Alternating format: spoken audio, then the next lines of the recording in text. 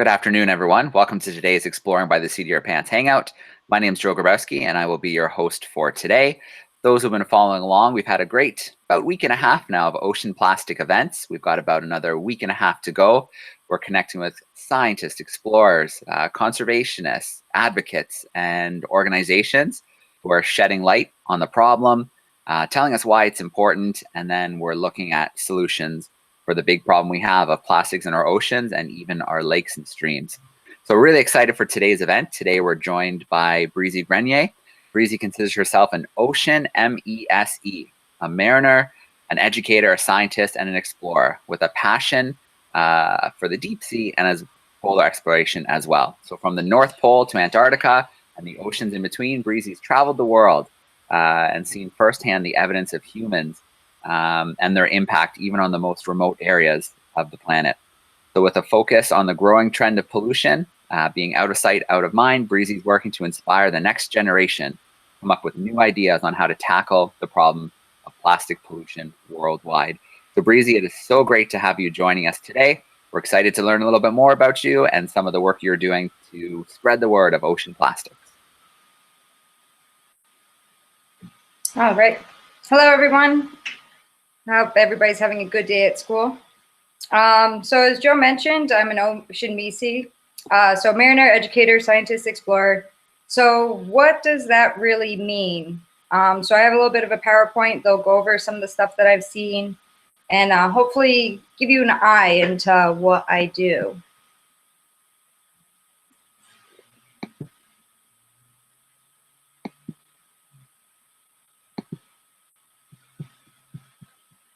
Oops.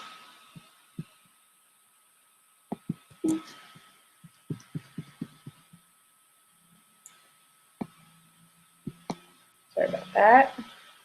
Well, that's okay. Technology sometimes can be tricky. Yeah. All right. So I am a licensed captain. I go on and work on boats, everything from diving and service support vessels to research and fishing vessels. I even work on motor yachts and sailboats. I also dockmaster a marina. I am an educator. I teach snowboarding, scuba diving, first aid, and marine hazards. I even teach people how to drive boats. I also go around lecturing, much like I am right now, about the oceans, the poles, and the science behind them, and exploration. I'm also a contracted scientist, so I go out on expeditions. I've been a fisheries observer, seafloor mapper. I even work on paleo landscape reconstruction. I hold degrees in geology, geological oceanography, marine biology, and underwater archaeology. So you can go to school to be a pirate. And lastly, as an explorer, I've been to 6 out of 7 continents, 4 out of 5 oceans, and even the geographic North Pole. I am also a member of the Explorers Club and a fellow at the Royal Geographical Society. So what does that all have to do with plastics? So I'll give you a brief story. In all my traveling, I've been to some of the most remote places on the planet, and they all share one thing in common, and that's evidence of humans. When I graduated high school, I went into the U.S. Coast Guard, and my first station was in Alaska on a buoy tender, where we patrolled the Kenai Peninsula and then went out in the Aleutian Chain, and that's when my eyes were opened. The island here is on Nikolsky, and we participated in a marine debris cleanup where we collected over 30,000 pounds in an area as little as 150 yards. So not that large of an area, and we didn't really even put in a dent in the amount of debris that we cleaned up. Also traveling through the chain, we stopped at Adak, which is an abandoned naval base, and it was opened in the 1940s, and then by the late 1990s, they closed it down, and it was more cost efficient to leave everything there than to either pick up the items, ship them back to the States, or even mainland Alaska, but you just let it sit there and lay to waste. I've been down to Antarctica. I went down with the Geological Society of America, and for every beautiful, picturesque postcard photo I could show you, there's one equally showing devastation left behind. This is at Griffican. It's an abandoned whaling station, and once we stopped using whale oil as a fuel form of energy, we just left the infrastructure there because Antarctica is very remote, and it's cheaper just to leave everything there than to take all of that machinery and bring it back. This is in Stromness Bay. If you've ever heard of Sir Shackleton, that's where he ended up finding help for him and his crew. And then this is in Port Lockroy. So the British Antarctic Survey has a post office there, and right outside the door, gear and debris just left. Sometimes you might be mistaken for being in the Caribbean if you ignore the snow-capped mountains. And then you could turn around and see this was a meteorological station built inside of an active volcano. The volcano erupted, and the station is still there, just laying to waste. Plentiful wildlife, vibrant colors, and then materials just left. These canisters once hold fuel oil, and now they're just rusting away for the environment to reclaim it. When I went down to New Zealand, it was with Sea Semester, with the Global Oceans Program. There we were doing scientific research as well as being the crew on a tall ship. Here we were collecting a lot of critters from the surface waters and below. My project in particular was studying diatoms in the water column, comparing them to the sediment samples. We were also doing microplastics research, so little tiny pieces of plastic in the water column, and we were finding a lot of it. Probably one of the most beautiful places I've had the opportunity to go to. And we think of New Zealand, we usually think of a very clean country, and we'll still find plastic pollution along the beaches. Even more remote islands in the middle of the Pacific. I was out in the Marshall Islands with the Okeanos Explorer in training program. We were conducting seafloor mapping, and beautiful remote scenery and just debris and equipment left to waste. Those are piles of tires if it's a little hard to see in the background. Even up at the North Pole, we were finding plastic in and along the ice. Since the Arctic Ocean's frozen, we were setting out on the ice floes. Lots and lots of wildlife, and equally as much debris just left behind. Even in some less remote areas, this is down in St. Martin in the Caribbean, and right outside the resorts, we would find the beaches just littered with plastic bottles and debris, especially when we're getting these large hurricanes that are going through the islands. They're picking up and moving debris elsewhere. When I was in Nicaragua, we went down to the town of Sutiava, where we were helping build a community center. And this town was kind of abandoned and forgotten by the Nicaraguan government, and they put the dump right next to the town. And you could see there's just a very small fence separating the dump from the Pacific Ocean. So with any storms, with even really any wind, it's very easy for this garbage to get into the oceans. I recently just got back from the Sedna Epic expedition, where we're snorkeling and scuba diving the Northwest Passage to raise climate change awareness. So here we are up above the Arctic Circle. And we're doing ROV programs to bring eyes to what's below the sea, really bringing the ocean to eye level. And even in places in Nunavut and Western Greenland, we're still finding plastic debris washing up on shore, not even right in the communities, but outside the communities as well.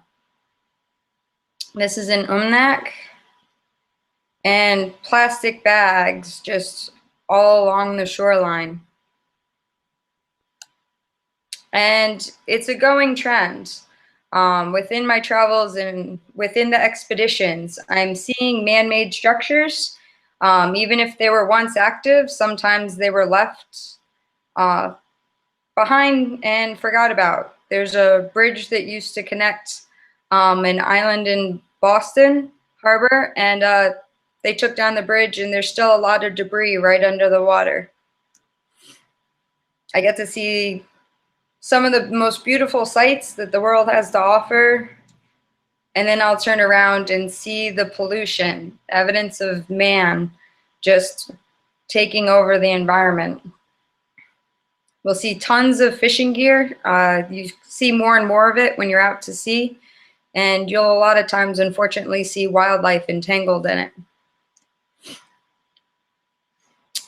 So we have all this infrastructure that was once used, that was once needed, and if we don't actively see it, we forget about it, we might not have a care about it. I've seen hundreds of balloons.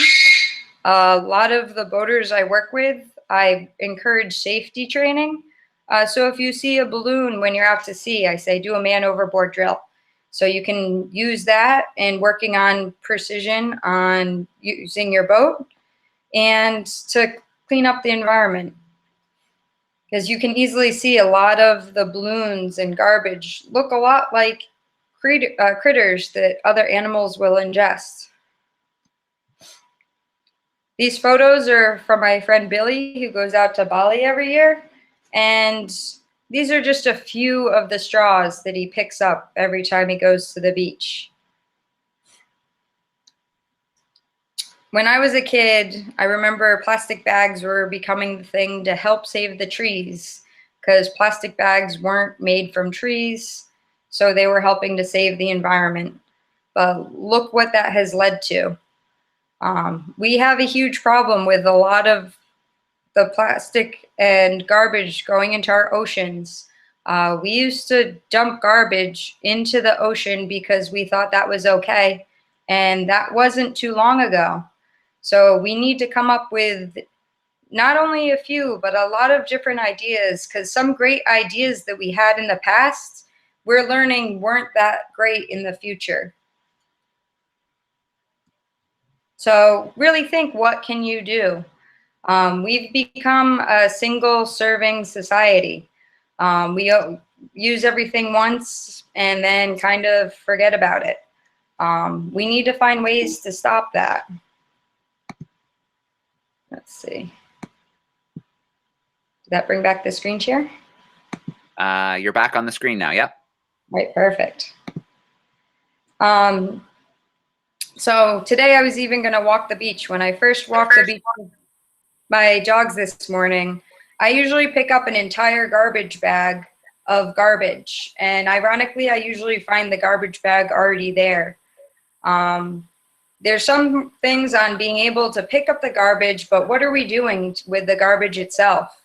We can't just move it from one location to another, because the environment might move it on itself. Storms can come up, and a lot of the places we're already putting the garbage are overflowing.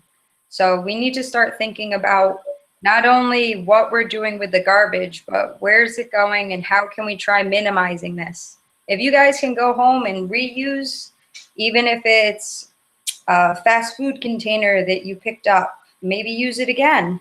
If we keep encouraging those habits, we can start minimizing the waste that we put out and really make a difference. We have technology, we're using plant material to make new plastics. But what happens if we keep using all the plants? It's going to, again, be better for the environment. It will break down easier. But we need to try minimizing the waste that we use because that's going to be the bigger issue. So. All right. Well, Breezy, thank you so much for sharing some of your adventures with us. It's really frustrating, some of the most remote and pristine places on the planet. All you have to do is take a look and you can see that men have been there. You can see our garbage that has drifted for thousands of miles and washed up on these beautiful, pristine places in the Antarctic, in the middle of the Pacific Ocean. So it really is a big problem. And you're right. It's so far away from us. We don't think about it, but our waste never really goes away. And a lot of the times can end up hundreds, even thousands of miles away and polluting other areas where we're not even there. So it definitely seems like it's a big issue, and I think it's going to be a tough one to solve. I think it's going to take all of us working together, especially students, learning this message and then doing the really important job of sharing it with others and then making decisions themselves, I think. All right. Well, Breezy, if you're ready, I think we should meet some classrooms. Sounds good. All right. So let's see. Our first classroom, let us go to Mrs. Stevens' class. They're grade 5 students joining us from Carlisle, Ontario. Let me turn their microphone on. Oh, thank you. How are we doing, Carlisle? All right, awesome. Who's got a question for Breezy? Any questions? Sophia, what's your question? How many plastics have you seen in the ocean? It's really hard to quantify it because it's a lot. Like I said, I walk down to the beach at least twice a day with my dogs, and I'll find a garbage bag and fill it every time I go down. I work in Boston Harbor, and I find usually between 5 and 10 helium balloons out in the harbor that I'll pick up. And they say that we only really see about 1% of the plastics on the ocean surface. There's a lot we see underwater. Even when I go scuba diving, we come into tire patches where they used to dump a bunch of tires. We'll come into a bunch of areas where we'll just find a ton of old machinery that they thought at the time, just dump it in the ocean, there's room. So it's hard saying how much I've seen because it's a lot. Yeah, and I think you bring up a good point, how every time you go down to the beach, you can always collect another bag. And I think that's an important thing to think about is we can clean the beach over and over again, but more plastic's going to keep washing up if we don't change our behavior, if we don't stop putting it in the first place.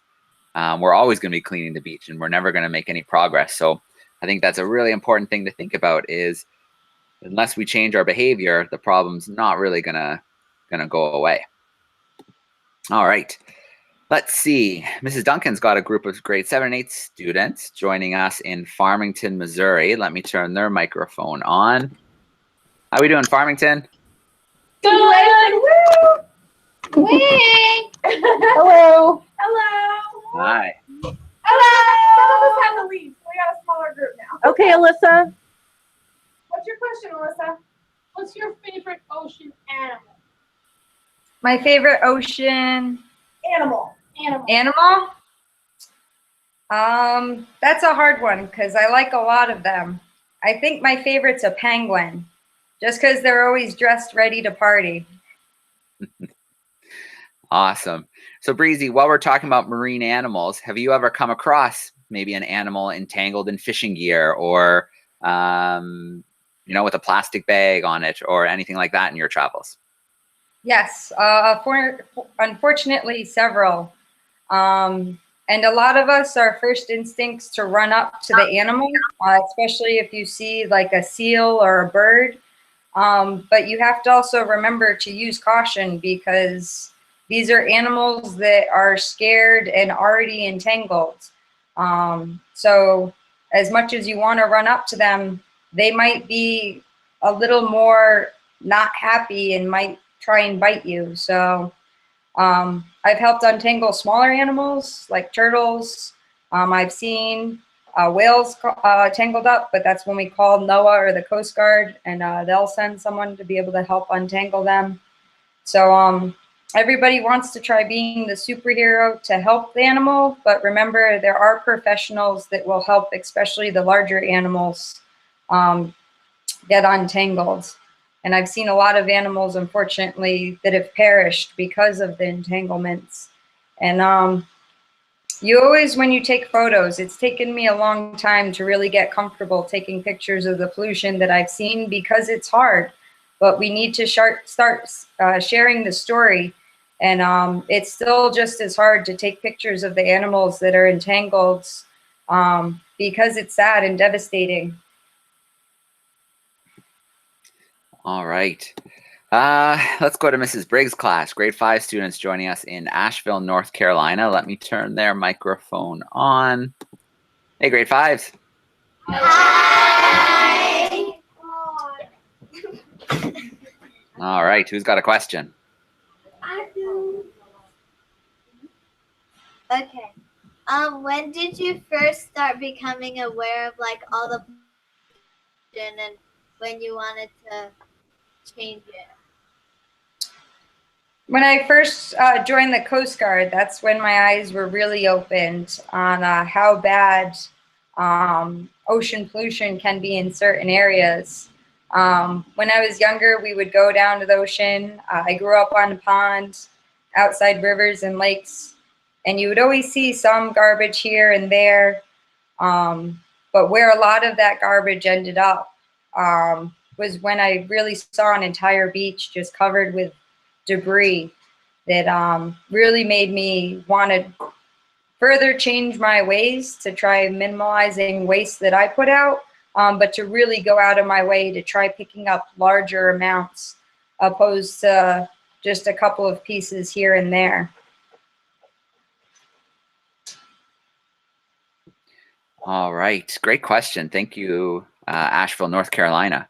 Let us go to Dryden, Virginia this time. We've got a group of 5th grade students with Mrs. Rupp. Let me turn her microphone on.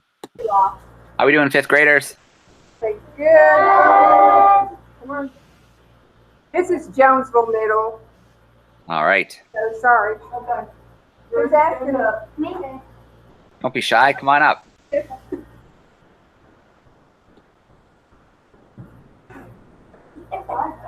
Ask your question. Will the hurricane place more trash in the ocean? What was that? Will the hurricane place more trash in the ocean? Unfortunately, yes. The big storms that we have, they're moving a lot of debris everywhere. You could even see the pictures that they have of towns that are inland that have been affected by the storms. And you've been probably told since you guys first started going to school that all the rivers lead to the ocean. All that garbage ends up somewhere, and a lot of it eventually does lead up into the ocean. So when you have the big storms, it just adds a lot more in a shorter period of time. All right. So after people are going to be piecing their lives back together, fixing their homes, but then it's a lot of cleanup to do after a big event like that. And unfortunately, a lot of it is going to get swept out into our oceans. We have not visited Mrs. Edwards' class yet. They're also in Virginia, but they're in Pennington Gap. 6th graders. Let me turn their microphone on. How are we doing, grade 6? Good. Is that us? That's you. Okay. All right. Ask your question. Me? Okay. Will man ever learn how to stop, or will they just always keep going to littering? Well, that's a hard question because it's human nature to want to take the easy way out. So that's when we really have to focus on a society to try changing our ways. We might even be able to come up with solutions that are easier than just what we have now. So that's really when it comes to you guys. Are you guys going to change your ways knowing what you know? So hopefully we as a whole can change our ways and make it less debris, less garbage, less waste. But we have to all work together. And it's not only just one town or one state or one country. We really have to work together as a world, because you can see a lot of the garbage that we have here will end up somewhere else, just as we'll find garbage from other places will end up in our backyard. So we need to work together as an entire planet. Yep. Excellent point, Breezy. We can do it. We do have the ability to use less and to stop using, but we all have to kind of make that decision together. And one of the statistics that I've heard recently that's kind of scary is that every minute a garbage truck worth of plastics is dumped into our oceans. And imagine that happening every minute of every hour of every day, every week, every month, every year. That adds up to a lot of plastic. So we really do have to start making some good decisions to start limiting the amount that we use, or figuring out a way to reuse it a lot more. So we've swung through, we visited all our classrooms. So I'm going to go in again and open it up to see if we have a follow-up question. So we started with Mrs. Stevens' class. So let's start there again. Do you guys have another question for Breezy? I see a lot of reusable water bottles. I like that. Cody? I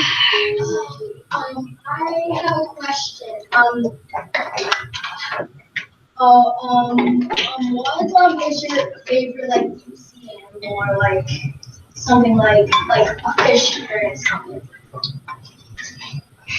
It's a little broken up on my end. Can you say that again?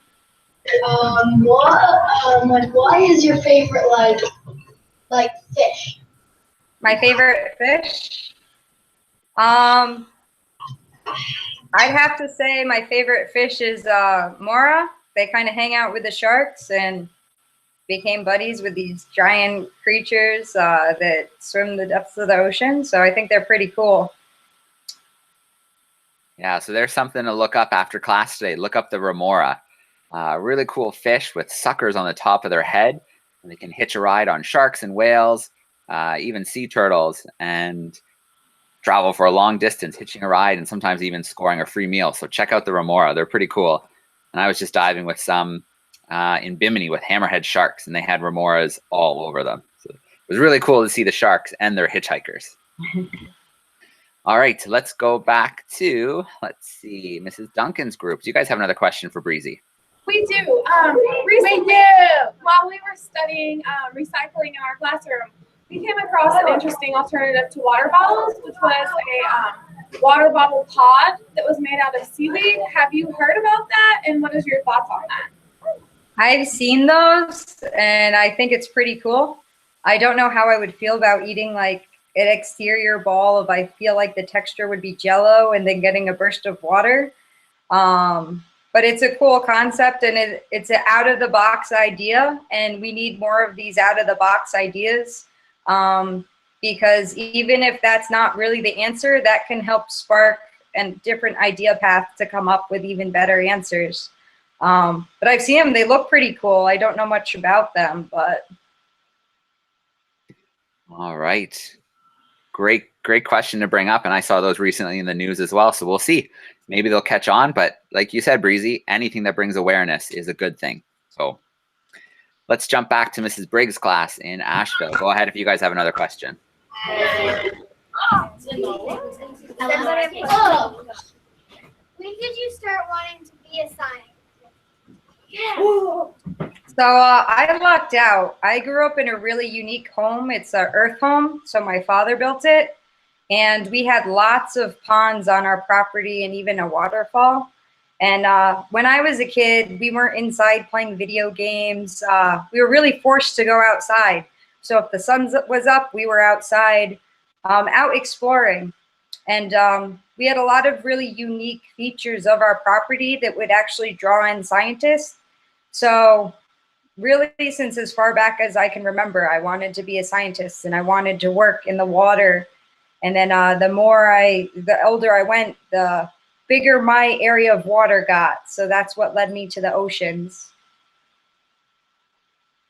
All right, and that's great to hear, Breezy. It's always inspiring to hear when people fall in love with something like science or the oceans when they're young, and then they pursue that and they make a career of it, and then they're able to share their story with others. So I think that's really important for students to know. If there's something you love right now, to keep learning, to keep reading, to keep finding out more, reach out to people and find out more, and then who knows what you could be doing in the future. There's tons of different paths to get into science and other really cool fields.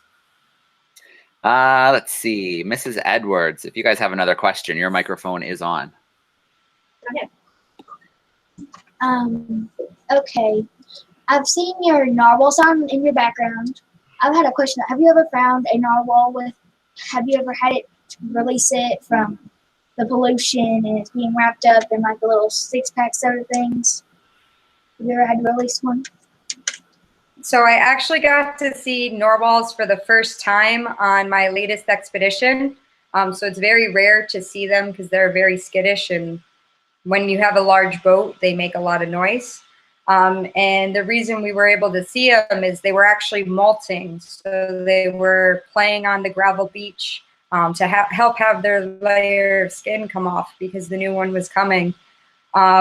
We weren't able to get close enough to see if they were entangled. I really hope they weren't entangled. But for narwhals, luckily I've never seen them entangled. We've never came across any of them that have perished that were tangled in my time in the Arctic. So. All right, great question. And let's go back to our other Virginia class with Mrs. Rupp. Let's see if they have another question. I've been hearing a lot about straws on the news. How are straws harmed in the ocean? Talk a little louder. Yes, just a little louder for me. Hearing a lot about straws on the news. How are straws harming the life? I'm missing that last part. It's about straws, Breezy. She's straws. Yeah. So with the straws, we've come across. Now I'm not here. With straws, we've come across whenever we go get something to drink, we use a straw. But do we really need to use a straw? That's something that we can easily eliminate from our habits. They do make it easier, and some of us might need to use a straw, but we don't all need to always use straws. We can drink out of a regular glass. It's just trying to, again, breaking those bad habits.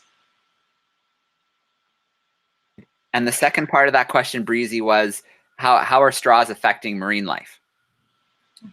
A lot of straws too. Animals are eating them, just as with plastic bags and ghost fishing gear. So it will get caught in their digestive system. Some other critters that are very small, if you get the really, really small hermit crabs, I've actually found them make homes with bits of straws, which also would be bad because there's a back end of the straw that would leave them with a vulnerable point. So it's not what they want to be using for their homes. I've seen seahorses wrapped around the straws thinking it's a seagrass or a branch. So they're just being littered everywhere, just as the plastics. And straws are small, so it doesn't take much to break them to be even smaller. All right. And so we've talked a lot about things like straws. And so those are single-use plastics, things that are made to be used once and then thrown away. So I have a couple little things here that I've been using lately so that I'm not using as much single-use plastic. And I think, Breezy, you probably use some of this stuff too. I saw a lot of classes had their water bottles. So those are pretty important. Yeah, I see some of them holding them up. There we go. That's what I like to see. Last time I was at National Geographic, they gave me this, which is really cool. This is a set of your own cutlery. Fork, spoon, knife, you bring it with you, and then you don't have to use the plastic ones and then throw them away. So that's really cool. And then this is my favorite.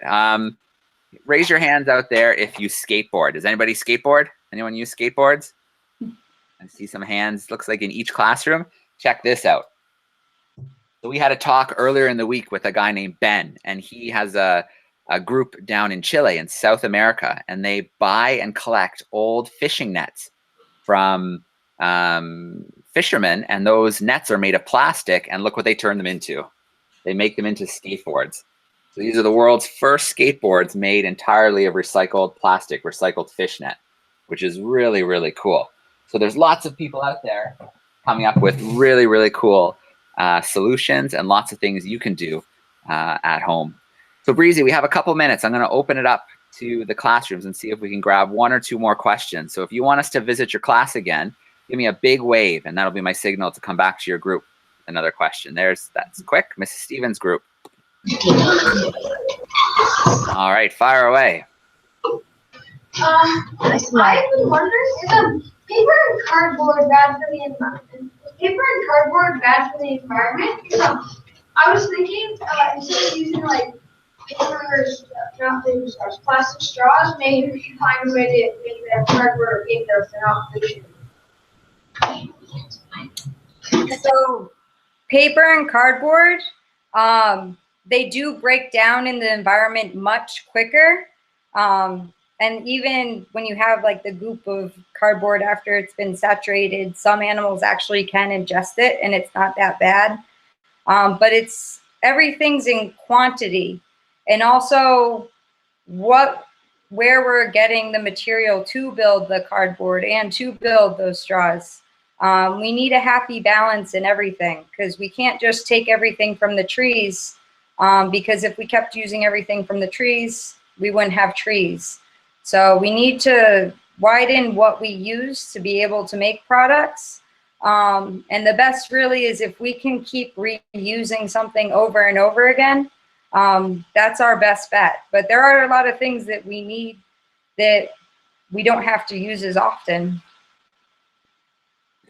All right, great point. Paper does recycle, it does break down a lot easier, but then you do have to think about how many trees that we're using to make those products in the first place. So definitely better than plastic, but not the perfect solution. And let's visit, looks like Mrs. Rupp's class. I see someone standing very patiently waiting to ask a question. What is the greatest source of trash in the ocean? Can you say that again? What is the greatest source of trash in the ocean? I'm having trouble. The greatest source of trash in the ocean. The source of trash? The greatest. Is definitely humans. We're putting, in the past, we used to dump our garbage directly into the oceans, and we're the ones that create all the garbage to begin with. So even if we don't directly put it in there, we're the cause of the garbage, and it ends up in the oceans. Breezy, in your travels, is there anything that stood out? Maybe material that you see a lot of, or maybe something that really surprised you that you saw on the beach? Everything always surprised me in the amounts that you'll see it. So certain areas with different ocean currents, you'll see some material floats better or will get carried in a certain current better. So like there'll be areas where you'll see a lot of fishing debris, fishing gear surprises me. And it's kind of scary because we're seeing what's on the surface of the water, but it's a lot harder to see what's below the water. And with how little of the ocean we've really explored, what's going to be in that mid-water column that we don't see on the surface or the seafloor. All right. Well, excellent. First of all, classrooms, thank you so much for joining us today. Thank you for your questions. And thank you for doing something to make yourselves more aware of the plastic problem. And I hope you'll go home and you'll tell more people about it.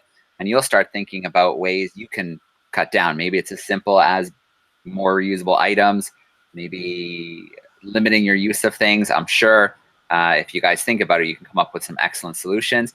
And Breezy, a huge thank you to you for taking some time from your day to share your experiences around the world, because we see our own backyards, we don't realize that even though our planet is so large, we're still affecting pretty much every part of it with what we do every day. Thank you, guys.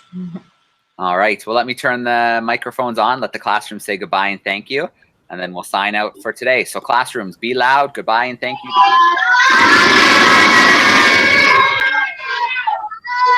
All right, thanks everyone for hanging out. Love you.